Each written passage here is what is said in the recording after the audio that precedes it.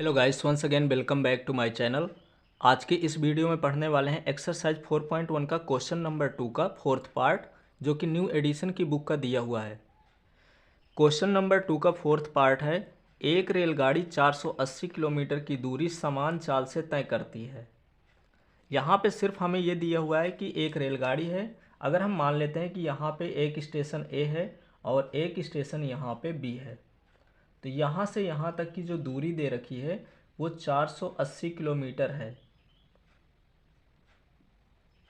हमें रेलगाड़ी की चाल नहीं दे रखी है, तो हमने यहाँ पे मान लिया कि रेलगाड़ी की जो चाल है वो x है। तो लिखना भी पड़ेगा कि माना रेलगाड़ी की चाल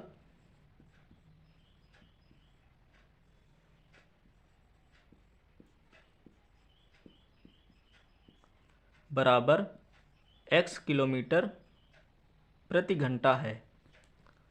हमें पता है कि दूरी बराबर होता है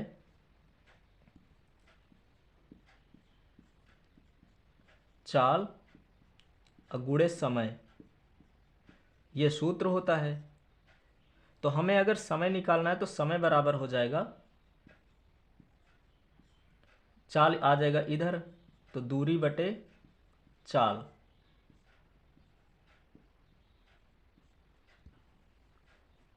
तो समय का सूत्र हो गया दूरी बटे चाल।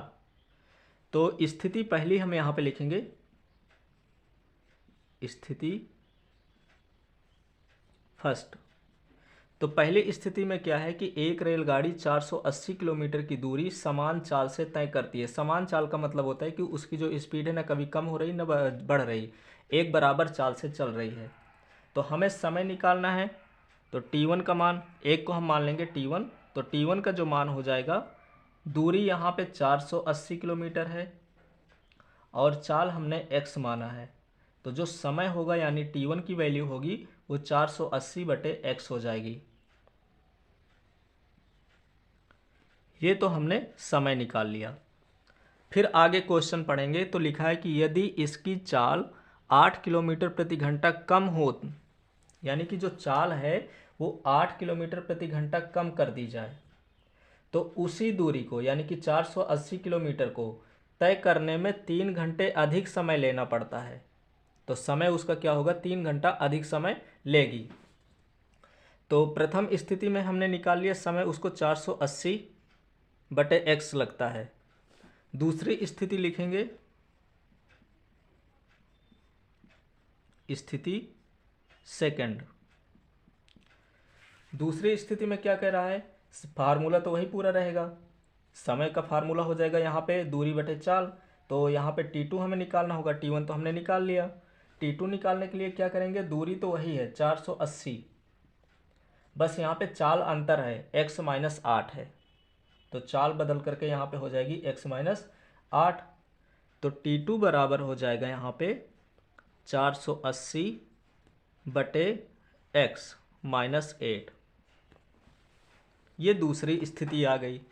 अब प्रश्नानुसार क्या कह रहा है कि वह उसी दूरी को तय करने में 3 घंटे अधिक समय लेती है, यानी कि जो समय होगा वो 3 घंटे अधिक लेगा। तो जो दोनों समय का डिफरेंस आ रहा है वो 3 घंटे का आ रहा है, यानी पहले उसको समय कुछ और लगता था और उसकी चाल कम हो गई, तो अब उसको 3 घंटे समय अधिक लग रहा है। तो दोनों समय का अंतर जो है वो 3 का है, 3 घंटे का अंतर है। तो बस इसी में वैल्यू रख देंगे प्रश्नानुसार लिख करके, प्रश्नानुसार।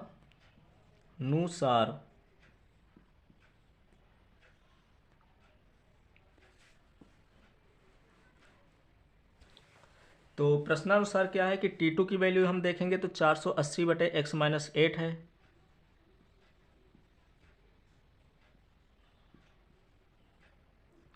माइनस यहाँ पे हो जाएगा 480 बटे x, क्योंकि t1 की जो वैल्यू है वो 480 बटे x है, और इक्वल में 3 हो जाएगा। बस अब इसको हमें सॉल्व करना है, सॉल्व करने के बाद इसको द्विघात समीकरण के रूप में लिखना है और ये हो जाएगा हमारा आंसर। तो 480 दोनों में कॉमन दिख रहा है, तो हम इसको ऐसे भी लिख सकते हैं कि 480 को बाहर ले लिया तो ये हो जाएगा 1/8 x माइनस 8 और इधर बचेगा 1/x इक्वल में 3। अब इसके बाद 480 इधर गुणे में है तो इधर आएगा तो ये भाग में हो जाएगा, यानी कि 3/480 हो जाएगा। और इधर x का मल्टीप्लाई 1 के साथ कराएंगे और x माइनस 8 का मल्टीप्लाई इस 1 के साथ करा देंगे, क्रॉस इंटू करा देंगे ताकि हम इक्वेशन को हल कर सकें। और इन दोनों का मल्टीप्लाई नीचे हो जाएगा इस तरह से। अब आगे इसको सॉल्व कर लेंगे तो 3 से इसको काटेंगे तो 3 1 जा 3 हो जाएगा और 3 से इसको भी काट देंगे तो 160 आ जाएगा। अब इसके बाद यहाँ पे x है, ये माइनस अंदर जाएगा तो माइनस का x हो जाएगा और माइनस माइनस यहाँ पे प्लस का हो जाएगा। इधर देखेंगे तो x का इंटू एक्स के साथ जब कराएंगे तो x स्क्वायर हो जाएगा और x का मल्टीप्लाई -8 के साथ कराएंगे तो ये माइनस का 8x हो जाएगा। इधर बचा है 1/160, यहाँ पे x से x कट जाएगा और सिर्फ बचेगा 8